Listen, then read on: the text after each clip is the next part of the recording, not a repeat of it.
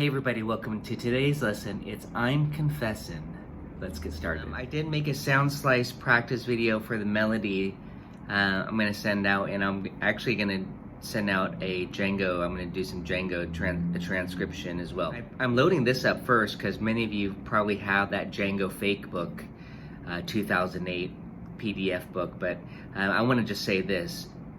Don't use these changes. You'll sound bad, especially the A section. Nobody does this walk down like that. So definitely use mine. I just wanted to say that. No one does that F sharp 7, F7. Well, the F sharp 7 is okay. You could do this. I'm confessing that I love you. And then back to the G7, but not to the F7. So the G6 to the F sharp 7 is okay. And that's kind of the old school way. But I'm going to show you what most people do. So let me load that up. And at the same time, I was like, oh, this actually reminds me of the last song, Bouncing Around, where it goes 1, 5, 1. This is in a major key, 1, 5, 1. It's like the major version of it, the parallel major of that little movement. So let me load this up here. Then we're in the key of G, right? Django actually does it in 2 keys. In the 1935 version, it's in G, and then the 1953 version, it's in A flat. But trust me, you're going to want to play it in G. Unless you sing it, then you might play it in a different key that suits your voice. And I'm just going to have you follow these chords that I wrote out. I'm going to talk about some other options, especially if you play it slow as a ballad. It's nice to add some more changes, but this is a nice easy swing tempo, I call it, maybe about 90.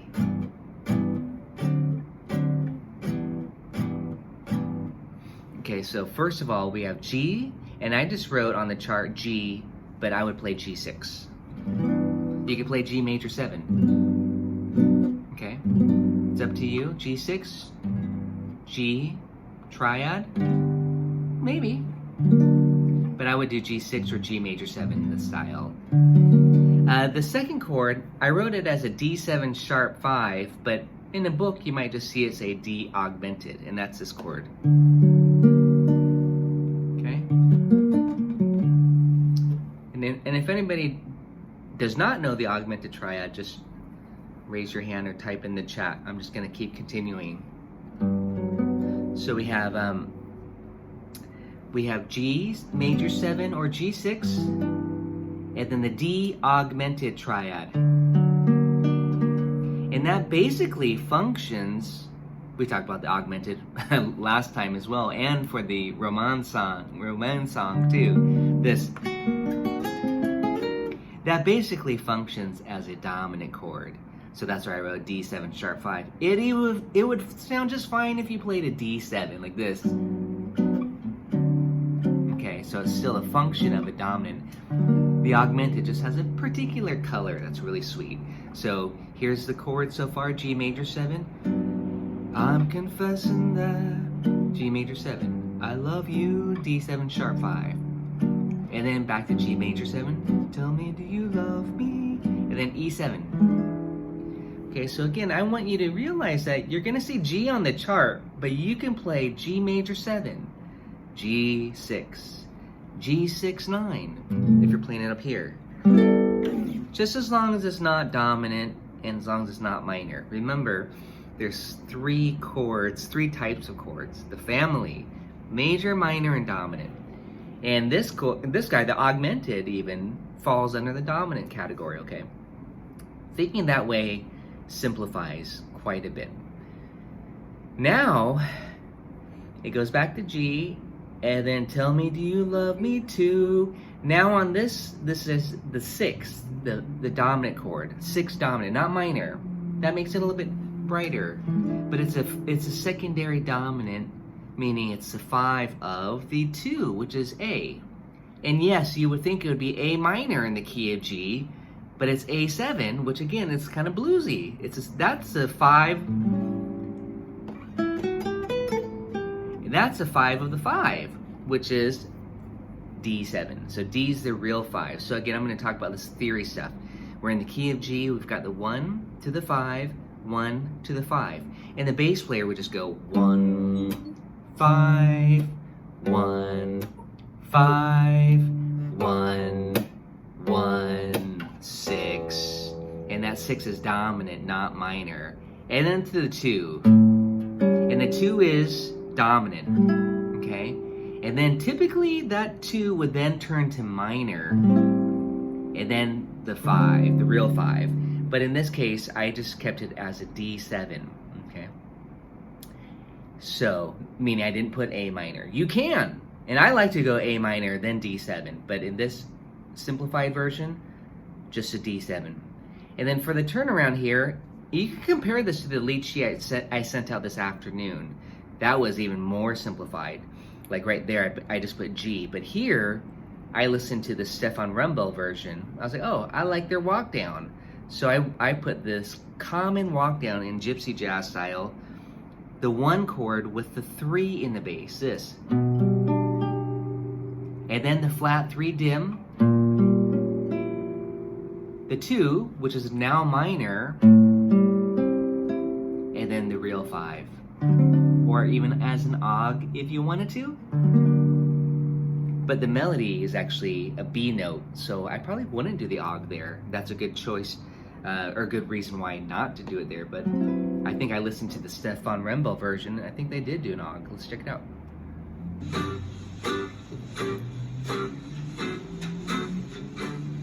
Yeah. Hear the og? This. It has that very old school vibe. So Django loved the og, but it kind of clashes with the melody there. But hey, rules are meant to be broken. So here are the chords again. G major 7. I'm confessing that, augmented, that I love you. And it repeats 2 strums each. Back to G major 7. Tell me, do you love me? E7 2. You could even now, if we were to look at the melody note, that's an F sharp on the E7. So I would play E9.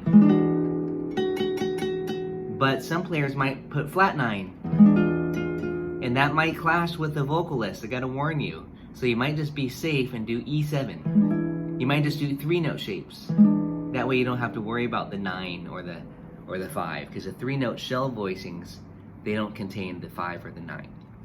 So that's always a consideration, is to look at the melody. Okay. And then I'm just doing plain old A7, the dominant. I'm confessing, D7, that I need you. Honest, I do. There's that turnaround. Need you at every moment. And then the next day is just like the first day. Once you get that first day, you have 75% of the song down. Any questions on these chords? I'm just demonstrating. You see G on the chart, but you can play G major 7 or G6. And then D7 sharp 5, you can play D7 or D og. Or you could do up here D7 sharp 5. I know this may be new for some of you. G/B, you know that from Django. Most people learn it from Djangology. This walk down, this.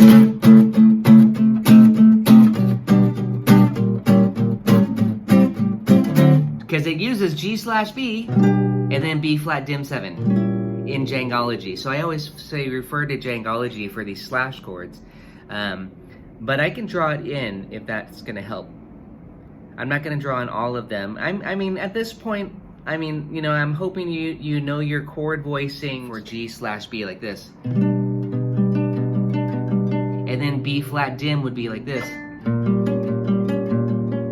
A minor 7. Notice I'm doing just 3 notes for this comping style.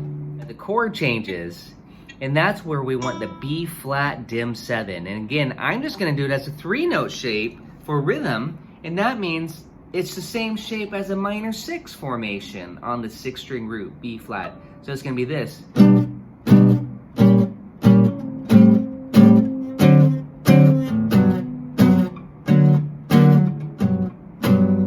why is that ideal? Because it gets the most important notes, the root, third, and the sixth or the seventh of the chord, and it leaves out the ninth or the fifth, which can be a little bit tricky dealing with the melody. You don't want to clash. So, and it kind of is a little bit thicker sounding just with these notes and doesn't have those treble notes. So it's, I think it's ideal for rhythm guitar. So G major 7, D7 sharp 5. So we have this.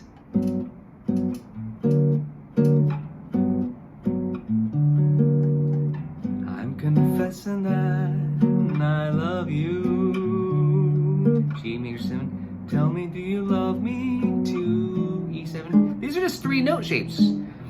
I'm confessing that I need you. Honest, I do. Need you every moment. In your eyes, I see such strange things. Same thing.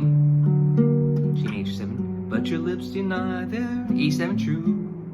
Oh, A7. Will your answer really change things? Actually, I don't know the words. Just making that up. Yeah, making them blue. Oh, will your answer really change things? Making them blue. So the melody is, and we'll talk about this in depth in a second, starts on the 5th. 5, 6, 7, 8. So la ti do. But it has the beautiful 6 and the 7. It focuses a lot on that major 7, but when that 7 becomes a third of the D7. But if you look here on the word love, that's an F sharp against a G. That means G major 7. So you see, this song really brings out the major 7 quality. That's why I favor the major 7, because the melody, and you're gonna want to, when you're soloing, you're gonna want to really lean on that.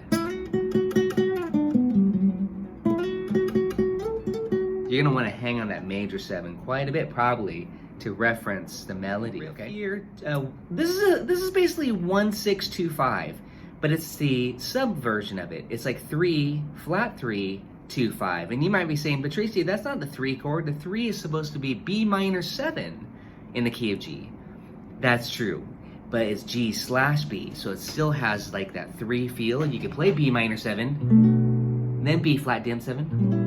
And then A minor 7, and then the D7 sharp 5, or augmented if you want. So that was B minor 7, B flat dim, and that's just a really common chord that to create that tension going from the 3 to the 2, where you put the flat 3 dim, and then to the 1, 2, and then the 5. Okay, I really do want you to get these chords down. They're really so nice, and it's important. So don't hesitate to ask a question like Leslie did. And even though I hope you know these chord voicings. If not, just let me know, and I'm going to show you some of my little hacks that I like to do. Also, after we get through the basic shapes. So the second time was very similar to the first time. Again,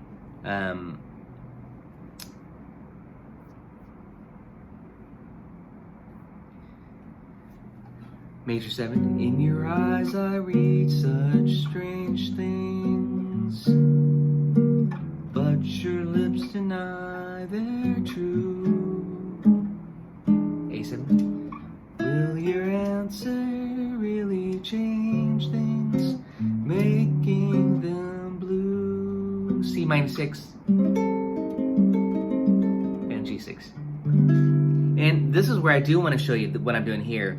Instead of putting G6 like this, I'm doing this hack. So I do want to write that out for you. I love that, and I'm not sure if you all know that chord. It's really just E minor 7. G6 is equal to E minor 7. I just get so excited, as you can say, see when I talk about that. G6 equals E minor 7. That's why I say learn your E minor 7 arpeggios, because that equals G6. Learn your pentatonic. Learn your E minor pentatonic. That equals G6 9. They're the same thing. G6 equals E minor 7. All right, then play this G6, everybody. Learn this G6. This is gonna be your favorite G6 chord for gypsy jazz style. It's rootless. Here's a root. But when you watch most players play, they do it like this. Some guys will be legit and put their thumb on the G, but most guys don't. So it's G6 slash D. D, G, B, E. And then the C minor 6, that's a beautiful turnaround. It's the same shape, but moved down to the next set of 4 strings. Same shape. And because of the tuning of the guitar, it makes it minor 6 now. So it's a C minor 6, G6, C minor 6, back to G6. That's a really important movement. Top 4 strings, G6, C minor 6, G6. Oh, da da da, what's the words? I'm afraid someday you'll leave me. C6. Saying can't we still be friends? But the basic version, just G7. So basically the 1 chord turns to dominant. That's the Honeysuckle Rose B section. When the 1 chord of the song then turns to dominant, for the new section, the B section, then it's gonna go to the 4 chord, and it does. But the 4 is resolved, it's a major, not dominant. Sometimes some players might play dominant, especially on Honeysuckle Rose, but it's supposed to be a major. Okay? So that's the beginning of the B section. I'm afraid someday you'll leave me, saying can't we still be friends? Do, do, do. Then it walks down to the 2 dominant. I'm not gonna put the shapes here. Hopefully you know all these chord shapes. 4-note shapes, or just 3-note shapes. Then the melody is, if you go, you know you'll grieve me. And then that A7 goes to the D7. And yeah, sometimes you can do A minor there if you wanted to, and then do the D7, the 2-5. And then, or just do D7. All my life on you depends. Songs, keys high for vocal. I think probably C would be better. Again, you're gonna play it in whatever key you want, especially if you're gonna sing it. Find the key that works best for you. Don't just try to sing it because it's most commonly played in the key of G. You might have to find your key. Let's do that B section again. So that from that 1 chord, minor 4, 1, and then here comes the B section. I'm afraid someday you'll leave me, saying can't we still be friends? A7. If you go, you'll know you'll grieve me. D7. All my life on you depends. You can augment it here, right there on beat 3 and 4.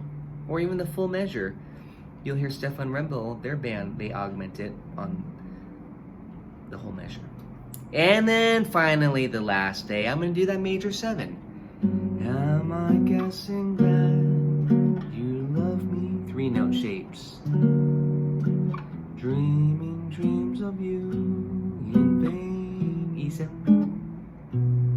We're almost done. I'm confessing that I need you over again. Minor.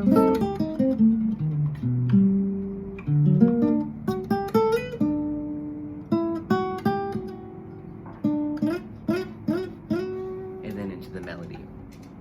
And I love that minor 4. I really recommend that you get that minor 4 on the turnaround. Let's listen to Stefan Rembel's band. This is synced up to it, so let's listen to them do that chord. We're gonna play along with it, don't worry. It's good practice. I guess we're starting the B section.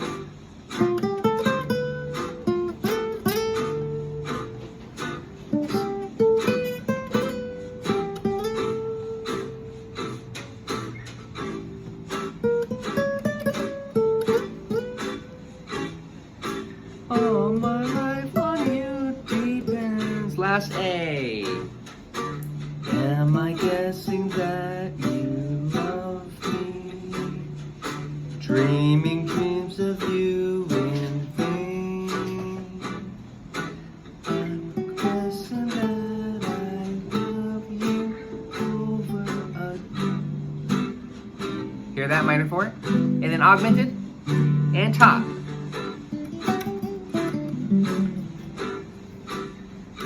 So don't worry, we're gonna go through those chords all the way through. It's nice to have the backing band there. So you get that 1 minor 4, 1 movement like this. I'm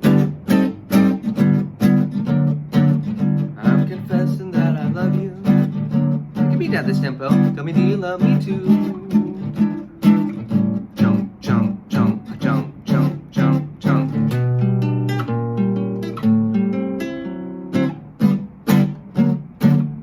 So again, I'm favoring in this approach the more kind of a, I guess I'll say La Pompe Gypsy Jazz style instead of a ballad. I would do this. That G6, that's a very meaty sound for rhythm guitar.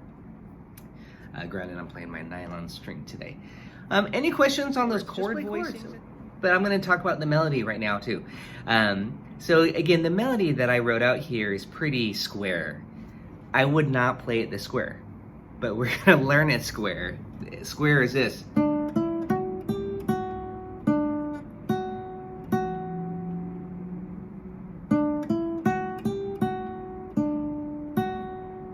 know what I'm saying? That's square. But you might go, you know, add a little bit of some sliding, some little, those little slurs a la Django. That's what he would do. Maybe some sliding, some bending.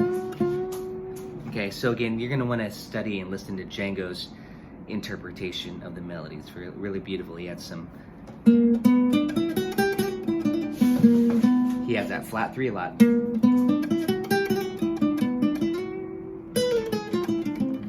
And some fills. We'll talk about that in a sec. But let's play the melody very square. That being said, here we go. Oh, here, I'm gonna slow down a little bit. There's not, I can do a count in. I can do that. Actually, no, he already does a count in for us. I'm gonna let Stefan Rembel do that. Do the count in. Oh, I don't need to be on edit mode, that's why. Let me get out of the edit mode. That's all good. I kind of went over the melody, how I would finger it now, a little bit more precise, but if you need to make any modifications, please feel free to do so. You might do it here. Instead of here, you might go. You might just stay in this mode. Sometimes I like to be on different locations on the fretboard so I can play different ideas and licks. So here, this position, this position. You know, again, it's the same notes. It's just a different location. I do recommend that you experiment and don't only just look to see where it's tabbed out from me or from anyone else. Experiment and understand the theory of it. Like, oh, it's kind of coming from this G major 7 shape, this arpeggio. Because you're gonna get some really beautiful phrases. Hey, but there's the og.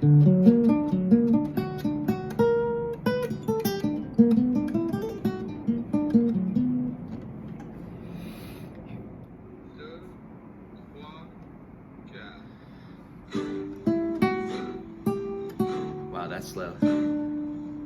That's okay. Okay, a little faster. That's killing me.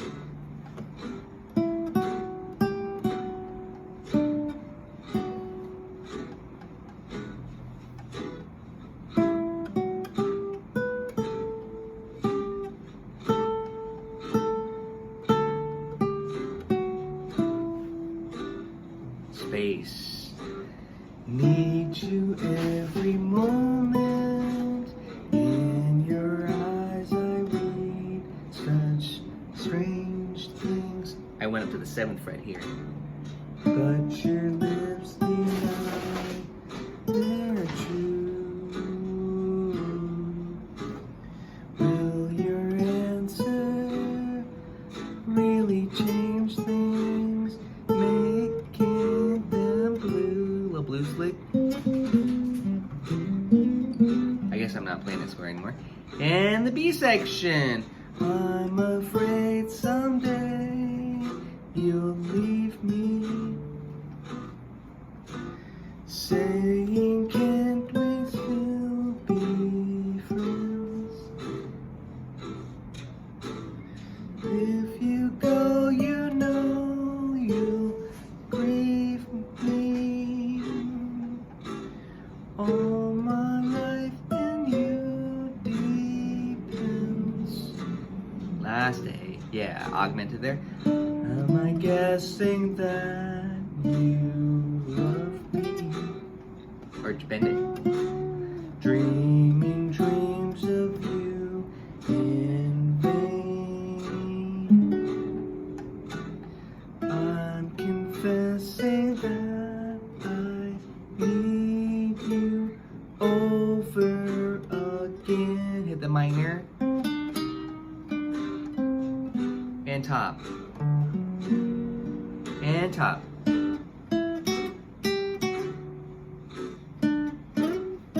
Ad lib a little bit. Try to fill in around it.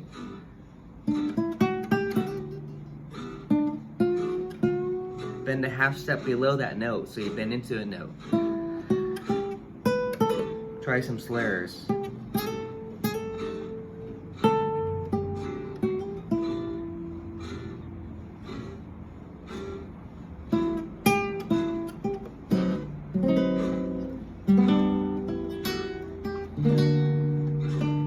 Chord melody, like my arrangement I passed out.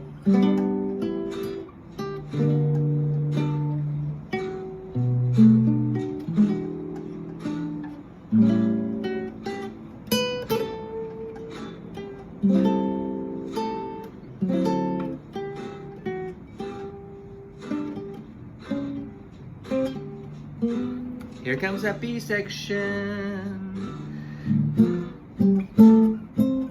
Maybe octaves.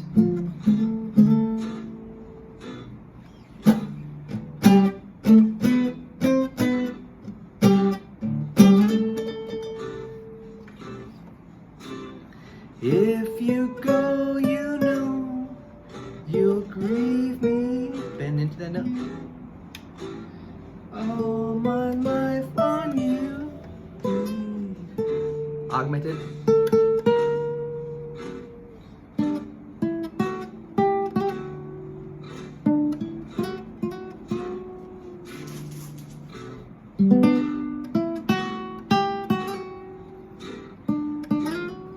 Flat it.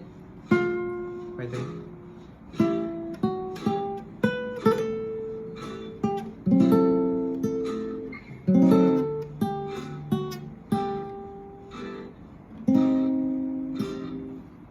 Augmented? Oh. And then, oh, you don't want to end on augmented, but I didn't realize I was that short of a backing track there. But check out the shape. This is kind of cool, actually. You got the G shape here. You got a C minor. This triad. Oh, hold on. It's bugging me.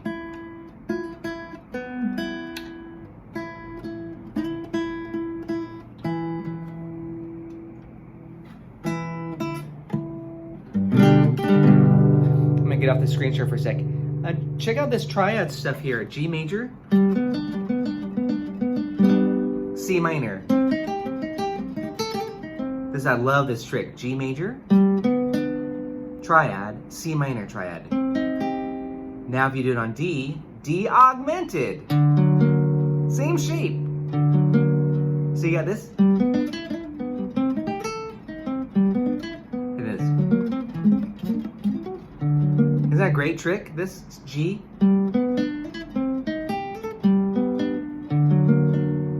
That one little shape. G major triad, C minor, G major, and D. That could be your intro. You could do this.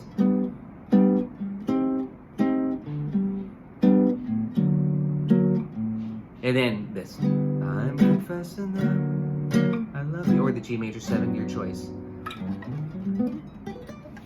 Did you get that? Oh, but I don't want to stop there. Check out the triad trick here. Do this. Add your 6 on the top like this.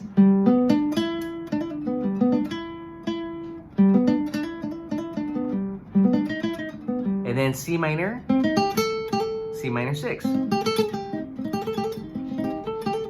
G6, C minor 6, D og, and when you add the whole step above, same shape, it's a flat 7.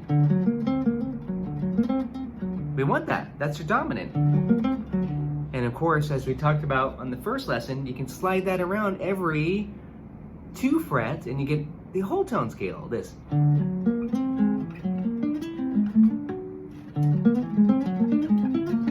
It's symmetrical. So that's kind of a fun little hack there. G major 1, minor 4, 1, and 5. The melody is very beautiful and it sounds so good just unembellished, but the thing I was just saying is add some slurs on like this, a la Django. That's just such a nice little lick. Then I slide it.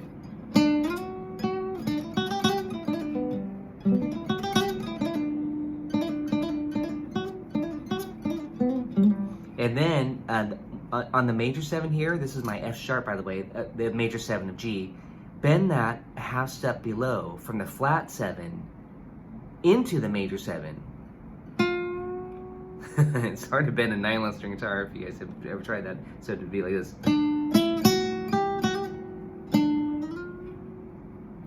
You bend that into the F sharp.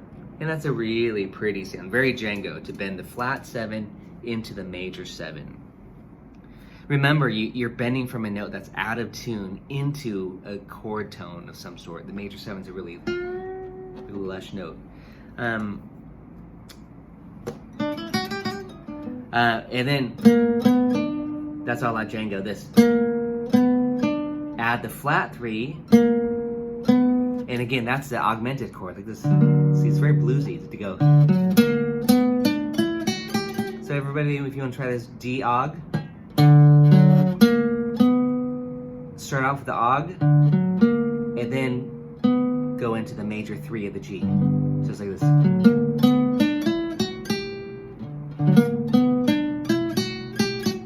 The melody is on the D, but he goes.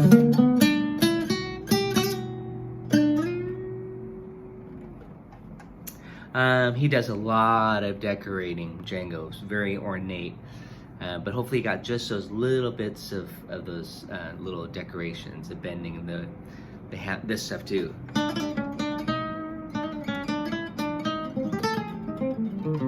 And there's, out more arpeggios, G6, C minor, og. I mean, that just those little chord shapes gives you a lot to play with around those chords.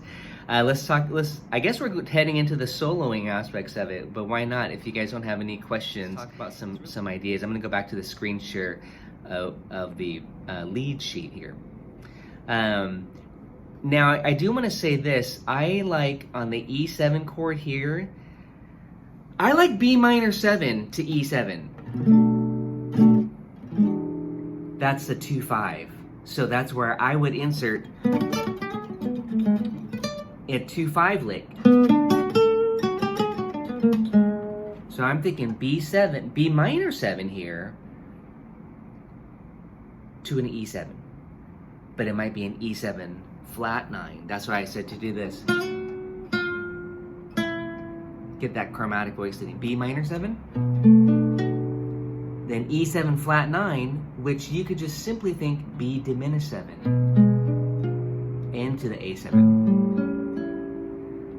And my favorite 2-5 hack is this.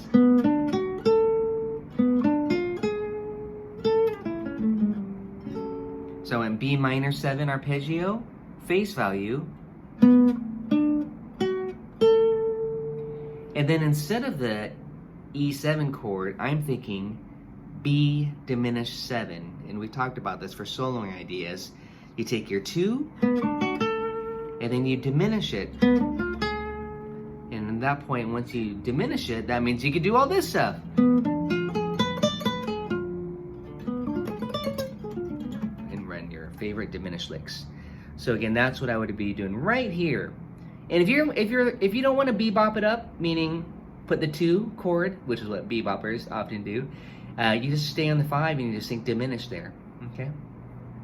But if you're wondering what diminished G sharp dim, B dim. Right, Jerry? Take notes if you're there, Jerry. G off the third, G sharp, B, D, or F natural. Okay, those always off the third, the fifth, the flat 7, or the flat 9. So check it out here. Well, I gotta speed it up just a notch, but you guys can do, I'm gonna let you do it too, but I'm just gonna maybe demonstrate that quick little easy 2-5 lick over this. I'm gonna speed it back to normal. It's already a ballad, so this is like deathly slow now.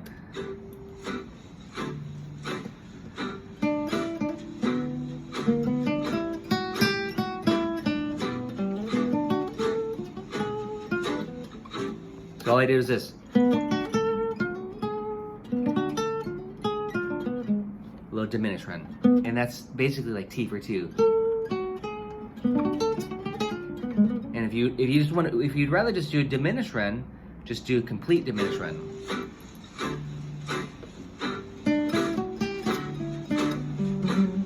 Right here.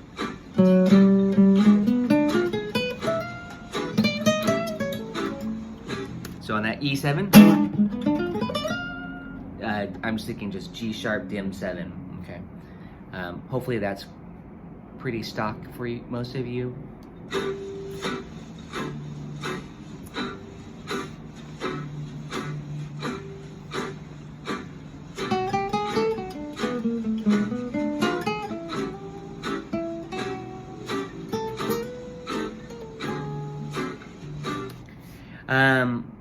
Django loves to hit some. I was conjuring what Django. I was thinking about what Django was doing when he plays the melody here. He was playing a lot of the flat 9 and sharp 9 on this particular dominant chord on the 1953 version. He's doing this. He loves hitting the flat 9 and the sharp 9, so it's like thinking E flat minor. We'll listen to that in a second.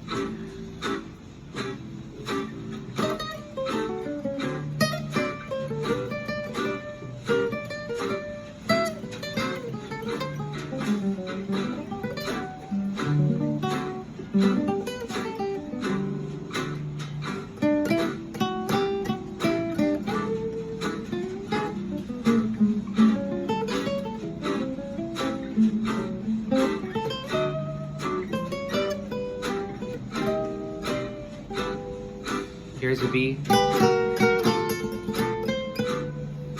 Let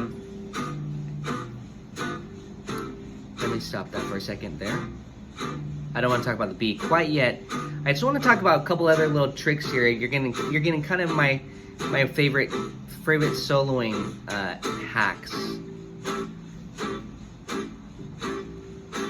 I want to go back to this A7 chord. And oftentimes I'll take a look at the melody, and the melody gives us a lot of information. On this particular A7 chord, which is the 2 dominant,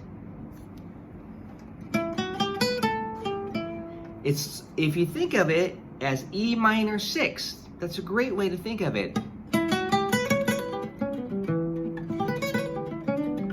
So the 2 dominant chord, A is, you can play the E minor 6 arpeggio in this case. E minor 6 is the same as C sharp minor 7 flat 5 if you want to think that way, but notice the melody starts right on the E note.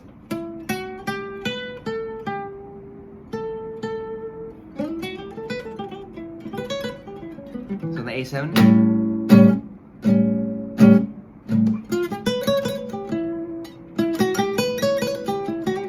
I am adding in, just like the melody here, that E to F sharp. So it has that natural 13. And if you wanted a mode to run, Mixolydian. And then for the D7, you would play the A Dorian or D Mixolydian. So you're actually you're following the keys there. And for this E7 here, E Mixolydian. Again, this is the bebop approach. They always say, you see a dominant chord, you play the Mixolydian mode. E7, A7, D7. So basically you're going around the cycle of fourths. Again, personally I probably wouldn't just be running scales, but it's nice to know the vocabulary if you are connecting your ideas, okay? That to me is not a very gypsy jazz thing to do, however, so that's why I'm showing you a little bit more of the gypsy jazz style. E minor 6. You have the A7. You run an E minor 6. Okay, for that A7 chord, E minor 6. And then for the D7 here, what minor 6? For D7. And this is where it's nice to take your licks and move them around. A minor 6. And then G major. And then for this, for the G/B, I said G major. I played G major 7. And then you diminish it. These are some hacks now, you guys. For the B flat dim 7, you think G diminished 7. They're the same 4 notes. So you have G major 7, diminish it. So I went like this, G major 7. I'm going to show you what I call the easy arpeggio method. 1 octave, okay? And then diminish it. A minor 7. A diminished 7. And then back to the melody. So do that with me if you guys don't mind. It's just some outlining some arpeggios. It's really sweet. G major 7. G dim 7. A minor 7. A dim 7. The A dim 7 is in place of the D7. That's where when I see the 2/5 here, I just say the word diminish it. So you play A minor 7 and then A dim 7. G major 7, I know it says G/B, but we'll do G major 7 here, and then the G dim 7. And again, if you're wondering why G dim 7 over B flat dim 7, they're the same 4 notes, arpeggio wise. So you have this.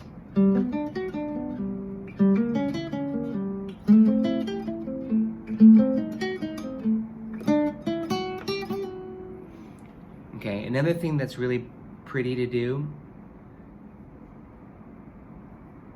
some of you might have remembered, maybe 2 terms ago, last year now, I taught the song Candy. Anybody remember Candy? It's a good one. Candy started off with some cool subs. You see A minor 7, you play C major 7. You know, you might want to take a note of that. This is a little bit more advanced, but it's just a substitute because A minor 7 is equivalent to C6, right? C major 6. So you can also just play C major 7. So here's A in the bass, but here's C major 7. Listen how pretty this is.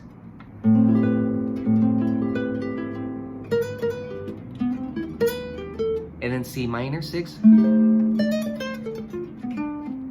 So again, that's kind of a fun little soloing technique you do. Major 7, then you minor it, and then you continue into the top there, G major 7. So what that would sound like is this: you do G major 7, G dim 7, C major 7, C minor, and then G. G major 7, G dim 7, C major 7, C minor 6, and then G. It's a really beautiful turnaround. Of course, you could fancy it up all you want with your, licks and stuff, but to practice it, to get it in your head, you take your 1, you diminish it, you go to the 4 in place of the 2, and then you minor it, and then you go back to the top 1. You might be thinking, can you diminish it from the 4 and play diminished 4 instead of minor it? The answer is yes, absolutely. It makes it even darker. So you go 4 with a major 7, 4 as a diminished, so you can pretty much always diminish it, whether it's the 2 or the 4 chord. The 2 and the 4 are basically the same thing. That's what I'm always thinking. I see A minor 7, I play a C major phrase of some sort. This ties into what I said, what Django, last week, to what Django did often. He would see a major chord, he'd play the minor, the relative minor. That's the same topic. But now I'm just kind of specifically saying these beautiful colors. Major 7, diminish it, 4, diminish it, or G major 7, G dim, 4, minor 4, and that's over the D chord. That's C, and the scale I'm running, you might want to write this down too. The scale that I'm running is C melodic minor. This.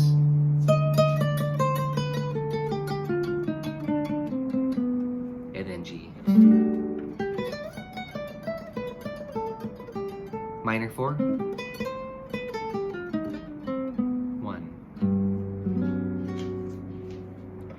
1.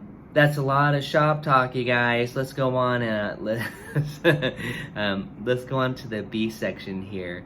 That was just for the turnaround, right?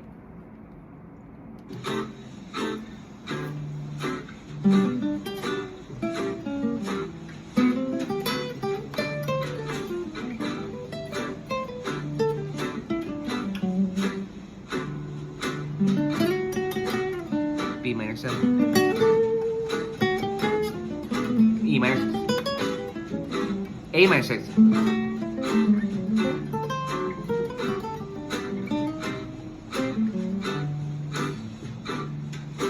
D Dorian, C major, E minor 6.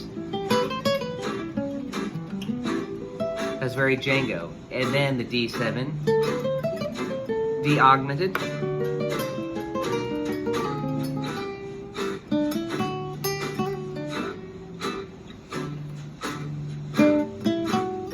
B minor,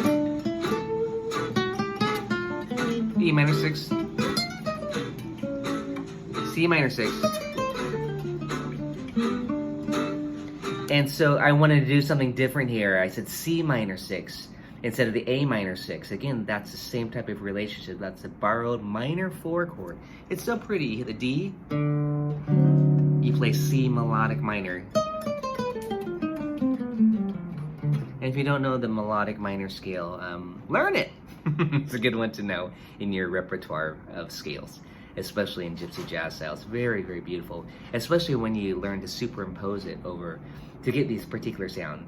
Django was thinking a lot on the minor 4. That minor 4 is so kind of a bittersweet flavor that he really loved the minor 4. So basically, that's how you can remember to use it. You have G major, C melodic minor, G major,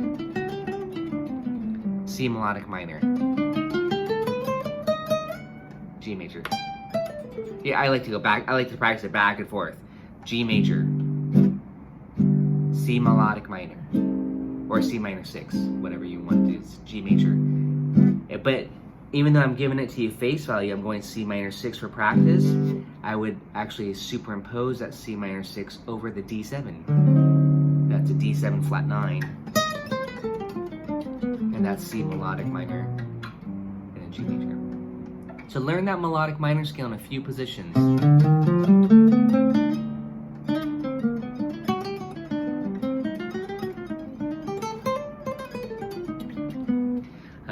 I only know it in a couple positions and a lot of licks, you know. But no, seriously, you don't have to play all 7 modes of the melodic minor scale. Just learn some beautiful phrases. Think triad, and definitely think the minor 6 arpeggio, because that minor 6 arpeggio to me is the foundation to visualize the scale. You have this. Well, here's the scale. That was your arpeggio. Well, here's the 7, and here's the 2 added in. And the 4, and there's your scale. So again, that'll help you get the full scale of the melodic minor if that's new for you. How you guys doing? Jim, you getting some new ideas, I hope? Always, you know, and I would say just learn the melody. I mean, I think I kind of want to listen to Django for a sec here. And I'm going to pass this out. I'm going to send it to you guys. It's definitely not, I just kind of got it started here, the Django. Sorry, if you guys did not listen to the Django version, 1953, it's pretty insane, his soloing. But I was starting to sync it up. There's transcriptions of it everywhere, so it's not hard to do. But I want to notate the fingerings. That's the tricky part, is to get it in the timing and getting it the exact. All those little nuances. I mean, you know how Django is from last week. It's not easy to recreate, but there's a lot of beautiful ideas. So I did notate the first part of it synced up. So let me just go over that with you for the remaining of the session today. And we're just going to go about 10 minutes over time since I was late today too.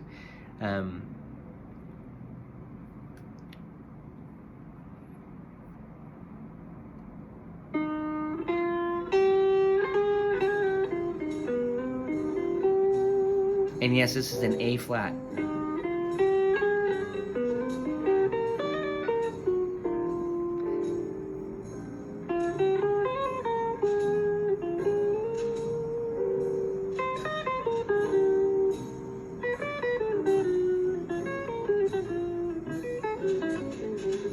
I want to talk about what he's doing there on that turnaround there.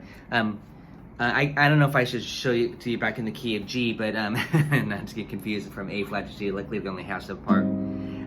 But basically, on that turnaround, he went to the 3 chord, proper 3 chord, the minor 7, that is, and then he moved it down a half step, and then to the 2, and then the flat 2, and then I'm sorry, what key are we in here? 2, 3, 4, and then dominant, and then tritone sub, so it's chromatic. Let me see if that's what's notated here. I want to hear that again too.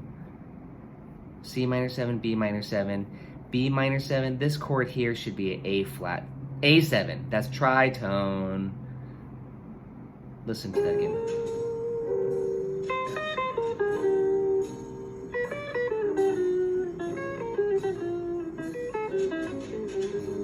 So remember, this is in the key of A flat. So you have C minor 7, B, walk down, chromatic, and then tritone. Can you guys do that for a second? I'm gonna go back to the key of G for you though. B minor 7, B flat minor 7, A minor 7, A flat 7, 13, and then G major 7. So, ready, 2, 3, 4, B minor 7.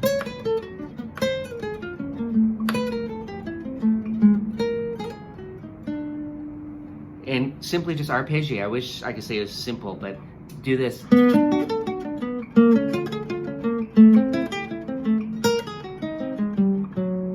So I went B minor 7.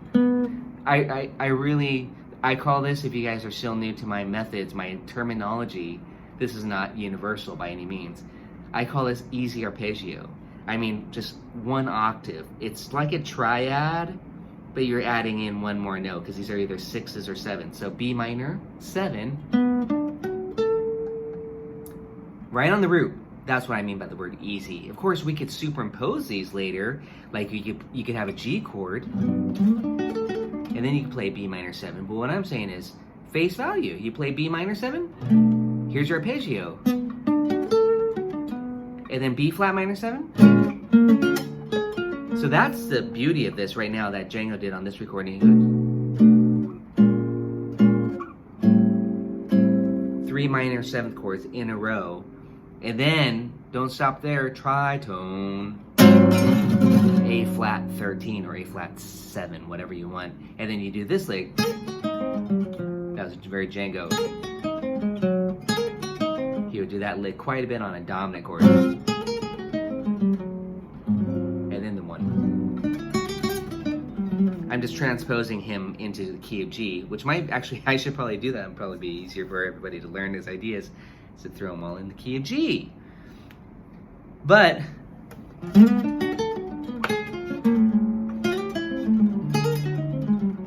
that gives you some Django vibes right there, if you can do that outlining stuff.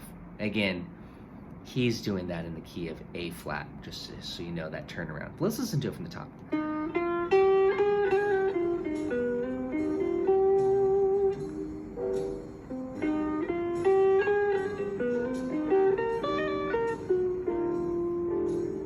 That was a nice little arpeggio there too, by the way, on that F7 chord. Remember, before it was E7, right? But we're a half step higher, so it's F7.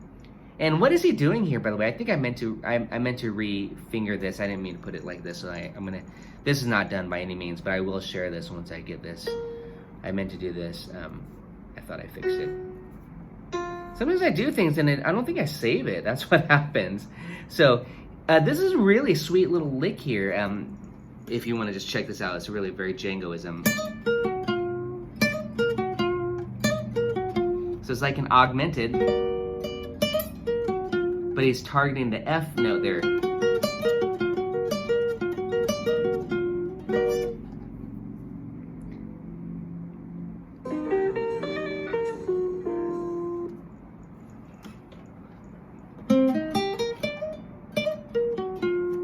Sweet, it's a sweet phrase.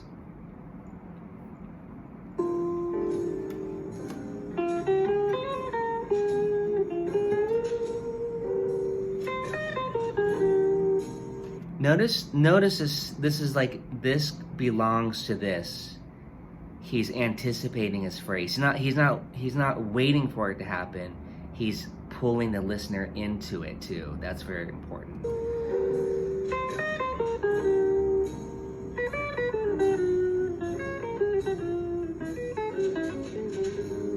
And that last lick, well, in this key.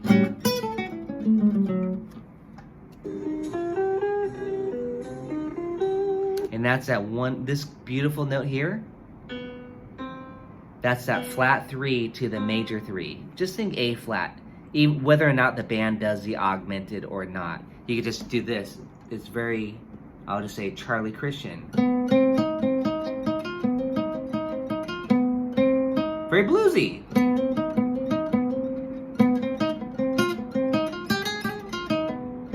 So lean on that note like this.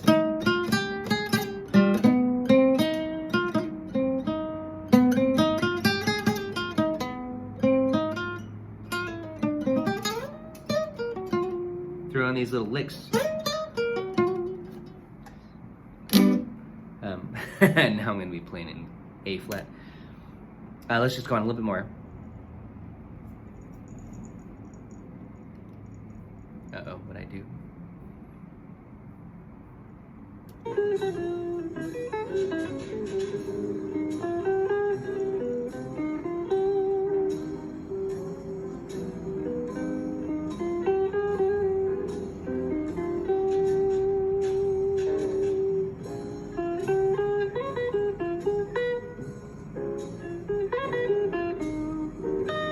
That's what I was talking about there earlier. This, what is he doing here? This is a B flat 7 chord. He is starting on the B natural and hitting the C sharp. That's where I'm saying here's B7, but he's going. So instead of doing this, what you would expect, like this, if you want to do this with me, it's like a B flat 9 arpeggio. This. He's doing this. He's going up a half step. So that's a good way to think of it. B flat 7, or sorry, 9. Instead of the top note going root to the 2 or 1 to the 9, go up a half step. Not flat 9, sharp 9. Right? So you get those colors like this. Instead of this. And instead of this, which you'd expect, this, you know, this bluesy lick. Do this.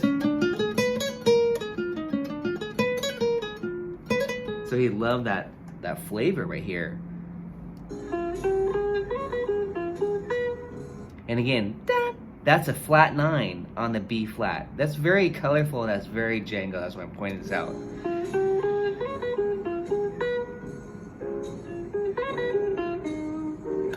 Okay, so that's a really beautiful phrase.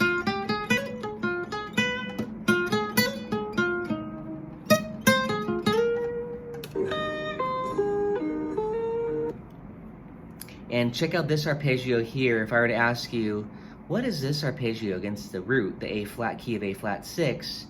Be ba bum. Well, to me, it's an F minor 7. F minor 7 is A flat 6. But I like to just kind of focus on the F note. And then he lands on that 9. Very pretty, very pretty. This is one lick right here.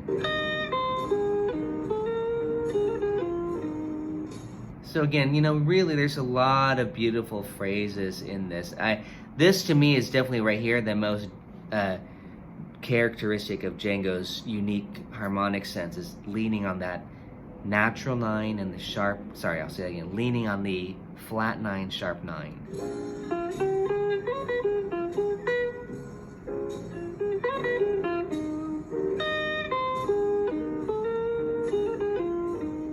And I did not hear the minor 4 in the band. They were just... Yeah, they didn't do the minor 4 there. It wasn't, you know, overly sweet like his early version was. It's definitely more bluesy. Major 7.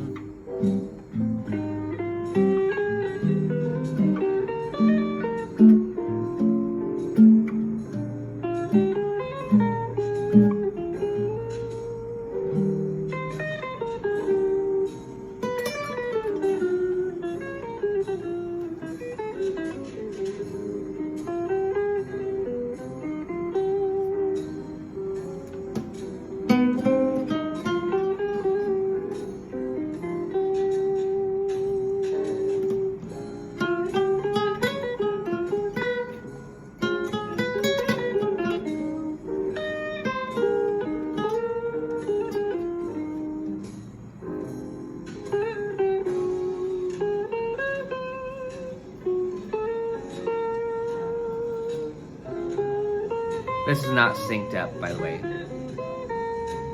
And there's no fingerings. I wouldn't use these fingerings. But I'll send this to you after I work on it. At least I'll get the first chorus down for sure.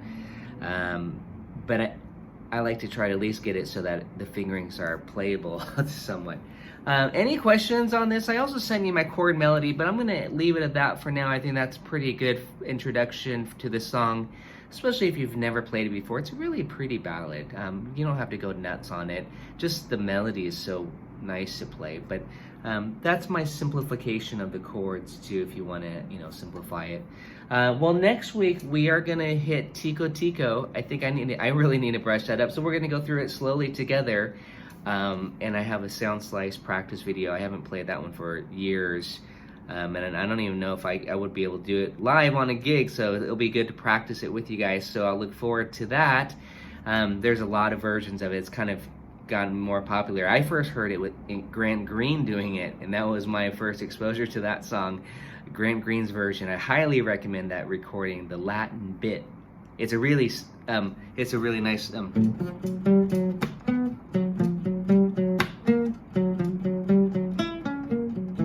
He's not playing it fast like a lot of the gypsy jazz, you know, play it really like Frank Vignola. But the fingerings are really, it's going to be a workout. So I'll look forward to that, and we'll talk about soloing ideas, just, you know, what to do on some soloing for a song like that. And you can make that a little tune that you can have for your practicing, your winter practice. All right, everybody, have a good week. I'll see you next week. Bye.